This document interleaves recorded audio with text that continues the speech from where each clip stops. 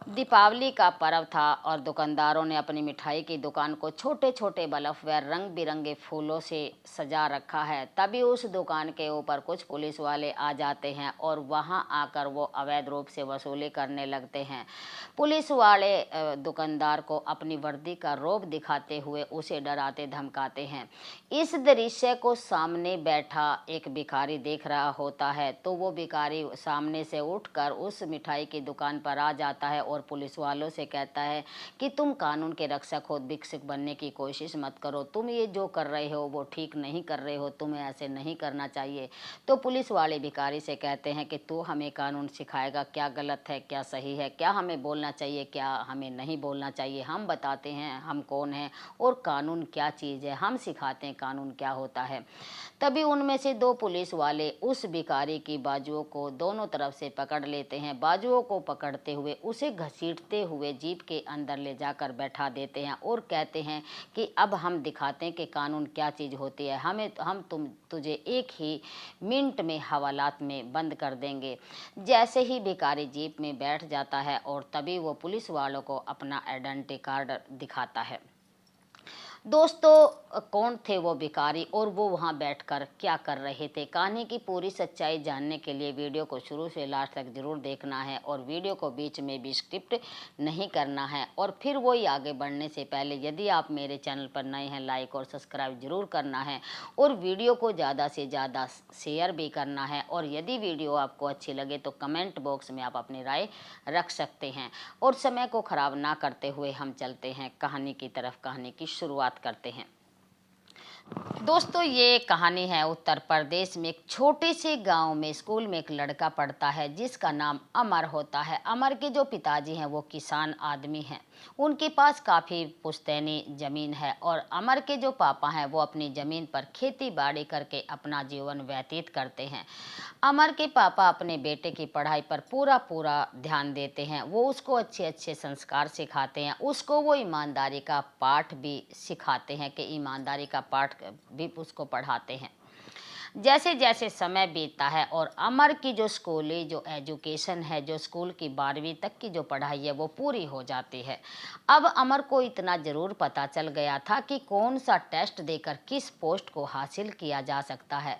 अमर अपने पापा से कहते हैं कि मुझे आगे जाकर एक आईपीएस अफसर बनना है और जिसके लिए चाहे मुझे कितनी भी मेहनत करनी पड़े और जितने भी समाज में रिश्वतखोर और बेईमान अफसर बैठे हैं सभी का भंडाफोड़ करना है और सभी पर उचित कार्रवाई करनी है और मुझे अपना काम बड़ी ईमानदारी से करना है। अपने बेटे की बात को सुनकर अमर के जो पापा हैं उनको बड़ा अच्छा लगता है और वो अपने बेटे के हौसले को बढ़ाते हैं कि तुम्हें खूब सारी मेहनत करनी चाहिए, खूब जी जान लगाकर पढ़ना चाहिए और अपने मुकाम को हासिल करना चाहिए।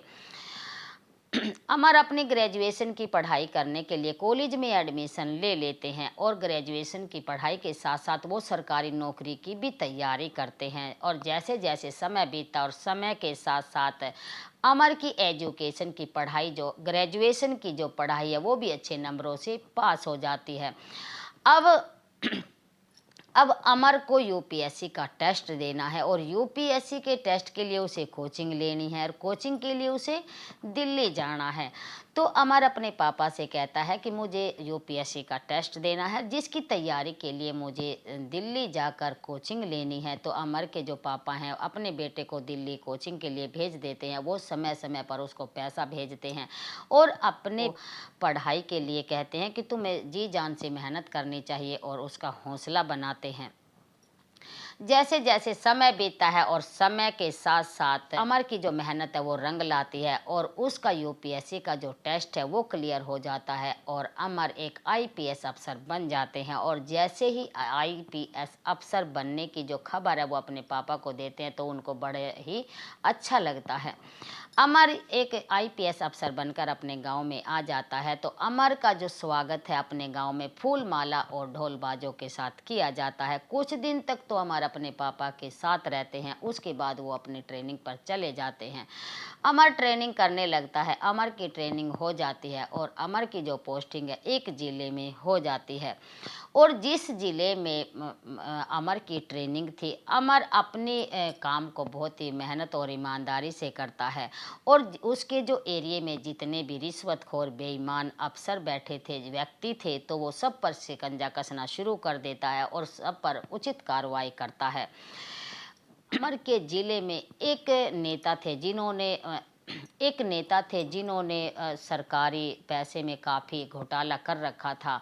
तो अमर ने उन पर शिकंजा कसना शुरू कर दिया, उस पर उचित कार्रवाई करनी शुरू कर दी। लेकिन जैसे ही नेताजी को पता चलता है तो नेताजी को इस बात का बहुत ही बुरा लगता है। नेताजी अमर के ऑफिस में पहुंचते हैं और उसे समझाते हैं। तो जैसे ही अमर उस नेता को अपने ऑफिस में देखते हैं तो अमर अपनी चेयर से खड़े हो जाते हैं और नेताजी को काफ़ी डांट फटकार लगाते हैं और कहते हैं कि या तो तुम इन गलत कामों को छोड़ दो या अपने पद से इस्तीफा दे दो। मैं ऐसे गलत आदमियों को बिल्कुल भी बर्दाश्त नहीं करूंगा और मैं उन पर उचित से उचित कार्रवाई करूंगा। लेकिन नेताजी को इस बात का बहुत बुरा लगता है। नेताजी गुस्से में आकर अमर के ऑफिस से बाहर आ जाते हैं। तो नेताजी अपने पद का गलत इस्तेमाल करते हैं और अमर का जो ट्रांसफ़र है दूसरे ज़िले में करवा देते हैं। तो अमर के ऊपर इन बातों का कोई भी फ़र्क नहीं पड़ता है, क्योंकि अमर एक जांबाज बहादुर आईएएस अफसर है। उस पर इन बातों का कोई भी असर नहीं पड़ता है और जिस महकमे में अमर फ़िलहाल है, जिस महकमे में अमर की ड्यूटी है, ऐसे लोगों से हर रोज़ उसका पाला पड़ता है और नोक-झोंक होती रहती है। वो इस बात से बिल्कुल नहीं घबराता। अमर दूसरे ज़िले में जाकर अपने चार्ज को संभाल लेता है और अपना काम बड़ी मेहनत और ईमानदारी से करना शुरू कर देता है।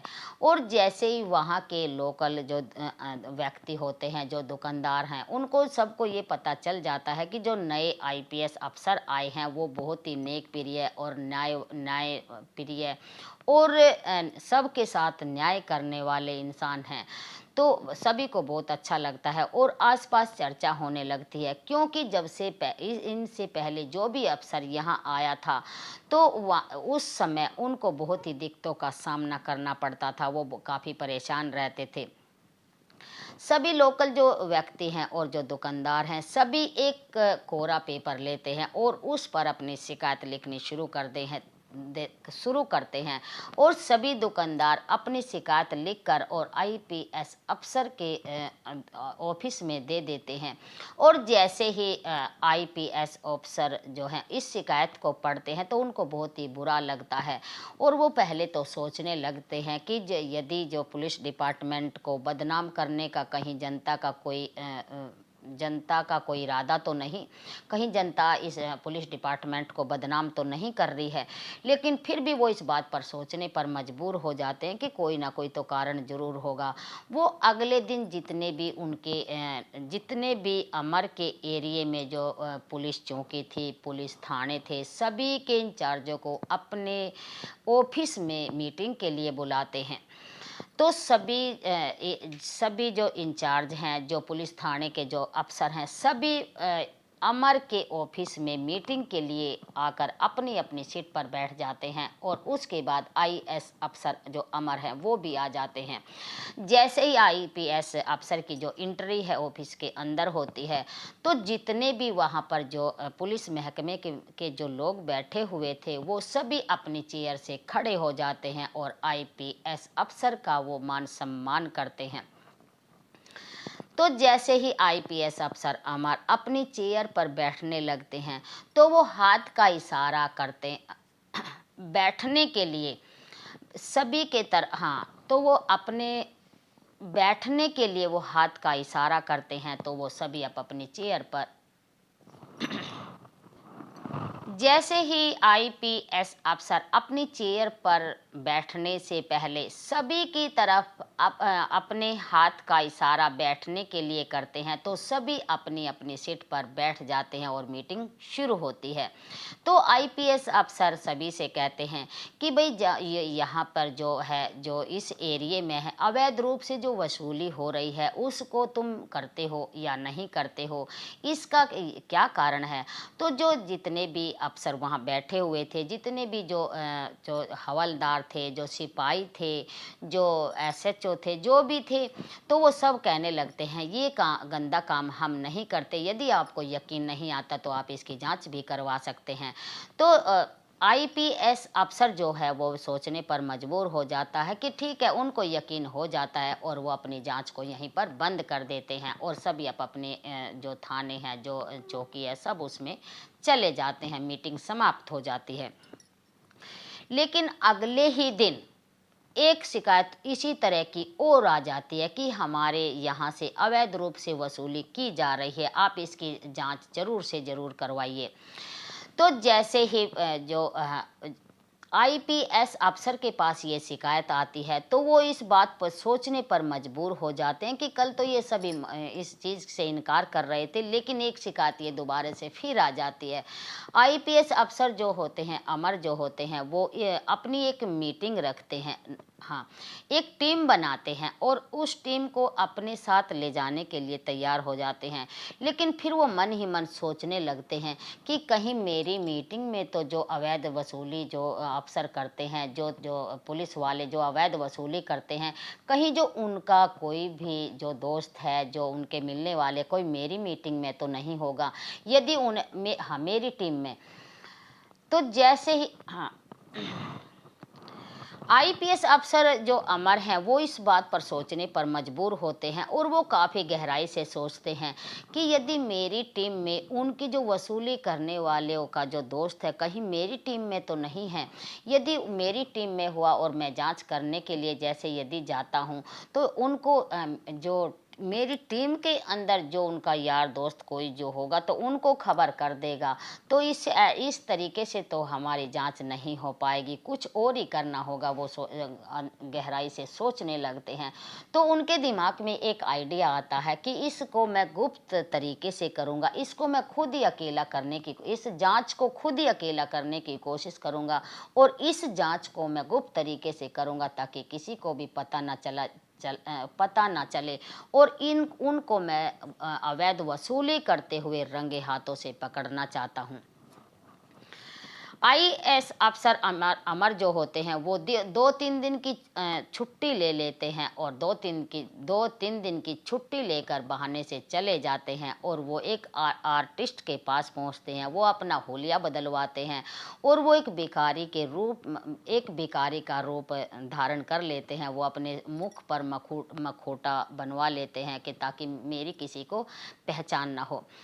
तो जैसे ही वो आर्टिस्ट के पास अपने भेष को बदलवा लेते हैं और वो सुबह के समय पूरी मार्केट में घूमते हैं और वो दुकानदारों की तरफ को जांच करते हुए पूरी मार्केट में घूमते रहते हैं। लेकिन सुबह से शाम हो गई, कोई भी अवैध वसूली करने वाला नहीं आया और जैसे ही शाम हो गई तब आईएएस अफसर जो सोचने लग जाते हैं आज का जो समय है मेरा वैसे ही खराब गया और कोई नहीं आया, कहीं ये बात जो ये खबर है, जो शिकायत उन्होंने मुझे दी, ये कोई गलत तो नहीं है कि यदि ये जो हमारा जो पुलिस डिपार्टमेंट है इसको बदनाम करने की कोई साजिश तो नहीं है, कहीं पब्लिक हमें बदनाम करने की कोशिश कर रही हो। लेकिन वो फिर भी सोचते हैं मैंने 2-4 दिन की तो छुट्टी ले ही रखी है, लेकिन मैं 1-2 दिन इसकी कोशिश और करके देखता हूँ, इसकी जाँच और करके देखता हूँ। लेकिन जो आईपीएस अफसर होते हैं वो सुबह के समय फिर अपना जो भेष है उसको बदल लेते हैं और पूरा दिन वो मार्केट में घूमते हैं। लेकिन उनको फिर शाम को कोई भी उनको ऐसी खबर नहीं मिलती है। लेकिन जैसे ही तीसरा दिन होता है तो जो आईपीएस अफसर होते हैं, जिसने भिखारी का भेष बना रखा है, वो सुबह के समय अपना भेष बदलते हैं और मार्केट में जांच के लिए निकल पड़ते हैं। लेकिन जैसे ही दोपहर का समय होता है तो वो जो मिठाई की जो दुकान है उसके सामने जाकर बैठ जाते हैं। तभी उनको एक पुलिस की जो जीप है वो आती नज़र आती है, तो वो मन ही मन बड़े खुश होते हैं कि काश आज तो ये फंसेंगे फंसेंगे और मुझे इनको रंगे हाथों से पकड़ना है। तो आज मैं हो सकता है मैं अपने मकसद में कामयाब हो जाऊं। तो वो अपना भिखारी का भेष उन्होंने बनाई रखा है, वो किसी की पहचान में आने वाले नहीं हैं। तभी जीप से कुछ जो पुलिस वाले जो अफसर हैं, जो वो हवलदार हैं, वो उतरते हैं और वो सीधे मिठाई की दुकान पर आ जाते हैं। और जैसे ही वो मिठाई की दुकान पर आते हैं तो वो सबसे पहले जो दुकानदार है उसको धमकाते हैं और उससे अवैध वसूली करने लगते हैं और उसको काफ़ी डांट फटकार भी लगाते हैं। लेकिन जैसे ही पुलिस वाले उस पर डांट फटकार लगाते हैं और उसको डांटते हैं तो जो दुकानदार है हाथ जोड़कर खड़ा हो जाता है और उनसे 2-4 दिन की मोहलत मांगता है। लेकिन जैसे ही पुलिस वाले दुकानदार पर डांट लगा रहे थे, तभी जो वो भिखारी के रूप में आईपीएस अफसर बैठे हुए थे वो दुकान पर आ जाते हैं और वो उन पुलिस वालों से कहते हैं कि तुम एक कानून के रक्षक हो, भिक्षुक बनने की कोशिश मत करो और तुम्हें ये शोभा नहीं देता जो तो तुम ये सब कर रहे हो, ये अच्छी बात नहीं है। लेकिन जैसे पुलिस वाले उस भिखारी की बातों को सुनते हैं तो उन्हें बड़ा ही गुस्सा आता है, वो तिल मिला जाते हैं और कहते हैं कि तू भिखारी होने के बावजूद हमें तो कानून सिखा रहा है, तुझे ही ज़्यादा कानून आता है। हम बताते हैं तुझे कानून क्या होता है, तू हमें कानून सिखाएगा कि हमें क्या गलत है, क्या सही है, क्या बोलना है, क्या नहीं बोलना है, तू सिखाएगा हमें, हम बताते हैं तुझे कानून क्या होता है। उनमें से 2 सिपाही आगे आते हैं, एक भिखारी को बाईं तरफ से पकड़ता और एक दाईं तरफ से, दोनों हाथों से पकड़ते हुए और उसको भिखारी को घसीटते हुए जीप के अंदर ले जाते हैं और जीप के अंदर ले जाकर बैठा देते हैं। तो जो दूसरे पुलिस वाले होते हैं वो कहते हैं हम दिखाते हैं तुझे कानून का जोर क्या होता है, हम तुझे एक ही मिनट में हवालात में बंद कर देंगे, फिर देखना तुम के कानून क्या होता है, पता चलेगा तुम्हें हवालात में बंद हो जाओगे जब।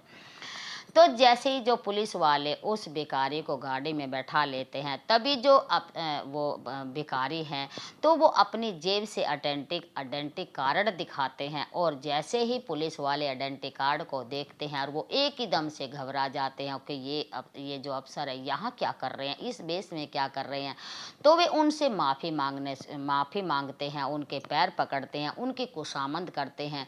लेकिन जैसे ही इस भीड़ को और इस खींचा जैसे ही वो जो पुलिस वाले उस भिखारी को खींचकर गाड़ी में बैठा रहे थे तो वहाँ पर जो मार्केट में भीड़ थी वो भीड़ इकट्ठी हो जाती है और जैसे ही वो भिखारी अपना आइडेंटिटी कार्ड उनको दिखाने लगते हैं और जैसे जैसे उनको पता चलता है कि भिखारी के बेस में एक आईपीएस अफसर हैं जो इस अवैध रूपी जो वसूली हो रही थी इसकी जांच कर रहे थे गुप्त तरीके से, तो सभी उनके आईपीएस अफसर के नारे लगाते हैं और उनकी वाइवा करते हैं कि अफसर हो तो ऐसा हो वरना सभी बेकार है। तो अफसर के बारे में काफ़ी तारीफ वो कर रहे थे, तो उनकी तारीफ़ों का कोई भी अंदाज़ा नहीं था। सभी बड़े खुश थे कि जो इन्होंने जांच की तो ये बहुत ही अच्छे तरीके से इसकी, कि जिस तरीके से इन्होंने जांच की इस तरीके से कोई भी जांच नहीं हो पाती और ना ही इन जो अवैध वसूली करने वाले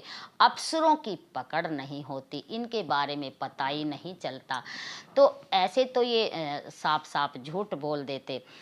तो जैसे ही वो आईपीएस अफसर उन पुलिस वालों को गाड़ी में बैठाकर थाने में ले जाते हैं और उनको वो लाइन हाजिर कर देते हैं और ड्यूटी से उनको सस्पेंड भी कर देते हैं।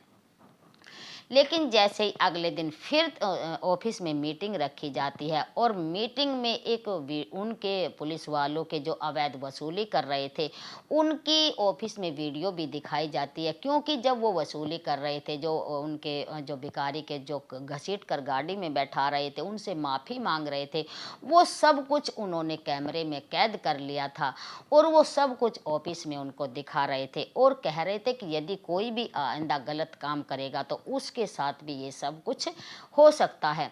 लेकिन जितने भी ऑफिस में वहाँ जो हवलदार, थानेदार जितने भी ऑफिस में खड़े थे और सभी की तरफ जो आईपीएस अफसर देख रहे थे, उनके फेसों को पढ़ रहे थे कि यदि जो हंस रहा है वो एक ईमानदार व्यक्ति है, कि उस मतलब वो एक अपना ईमानदारी से काम करता है।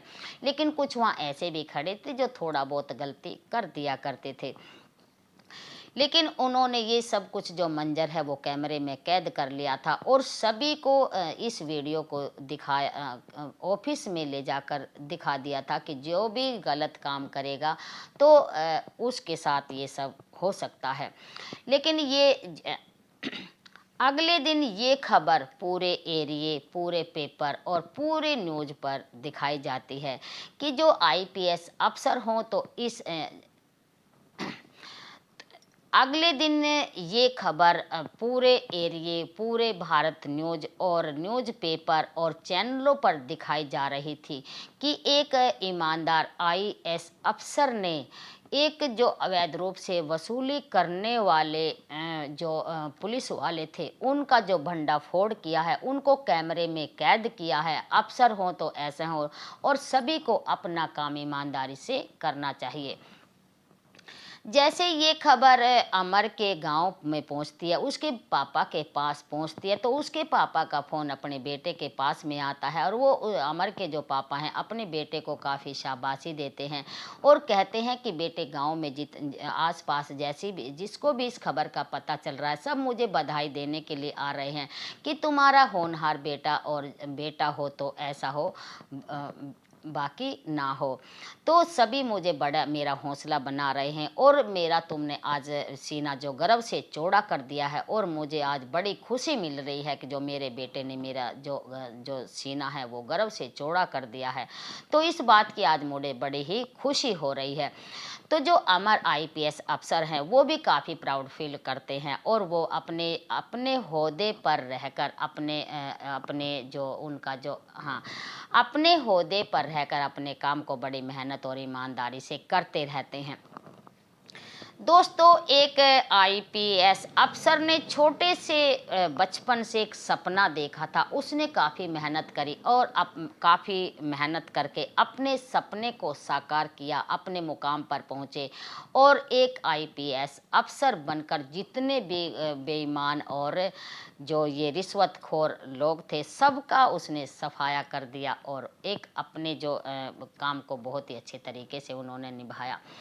दोस्तों, आईपीएस अफसर हो तो अमर जैसे हों और मैं उन सबको तहे दिल से उनकी जो ड्यूटी को, उनके ओहदे को नमस्कार करती हूँ और सभी को अपना काम बड़ी ईमानदारी से करना चाहिए और भगवान उसको लंबी उम्र दे और मैं उसको तहे दिल से सलूट करती हूँ और हर व्यक्ति को अपना काम बड़ी ईमानदारी से करना चाहिए। दोस्तों, क्या कहना चाहोगे आप? क्या कहना चाहोगे आप अमर के बारे में? क्या कहना चाहोगे आईपीएस अफसर के बारे में? और क्या कहना चाहोगे उसके पापा के बारे में? दोस्तों, यदि वीडियो आपको अच्छी लगे तो कमेंट बॉक्स में आप अपनी राय भी रख सकते हो और वीडियो को ज़्यादा से ज़्यादा शेयर भी करना है और इस तरीके की जो कहानी सुनाने का हमारा जो उद्देश्य है कि परेशान करने का नहीं है। और फिर मिलते हैं आगे नई कहानी के साथ, नई वीडियो के साथ, नए टॉपिक के साथ। अब करते लेते हम आपसे विदा। जय भारत, जय हिंदुस्तान, नहीं, जय भारत, जय हिंद, जय हिंदुस्तान। दोस्तों, इस तरह की कहानी सुनाने का जो हमारा उद्देश्य है किसी को परेशान करने का नहीं है और हम ये कहानी सिर्फ आपको इसी वजह से सुनाते हैं ताकि आप इनसे कुछ सीख सको और औरों को भी आप इस वीडियो को शेयर कर सको और ज़्यादा से ज़्यादा वीडियो को शेयर करना, ज़्यादा से ज़्यादा देखना और आप हमारी सपोर्ट ज़्यादा से ज़्यादा करना। यदि आपको हमारी वीडियो अच्छी लगे तो आप कमेंट बॉक्स में आप अपनी राय रख सकते हैं और फिर मिलते हैं हम एक नई वीडियो के साथ, नए टॉपिक के साथ और नई किसके साथ, नए समय के साथ। और सभी को हैप्पी दिवाली और दिवाली की ढेर सारी शुभकामनाएं। फिर मिलेंगे और जल्दी मिलते रहेंगे। आप हमारी सपोर्ट ज़्यादा से ज़्यादा करते रहिए। जय भारत, जय भारत, जय हिंद, जय हिंदुस्तान।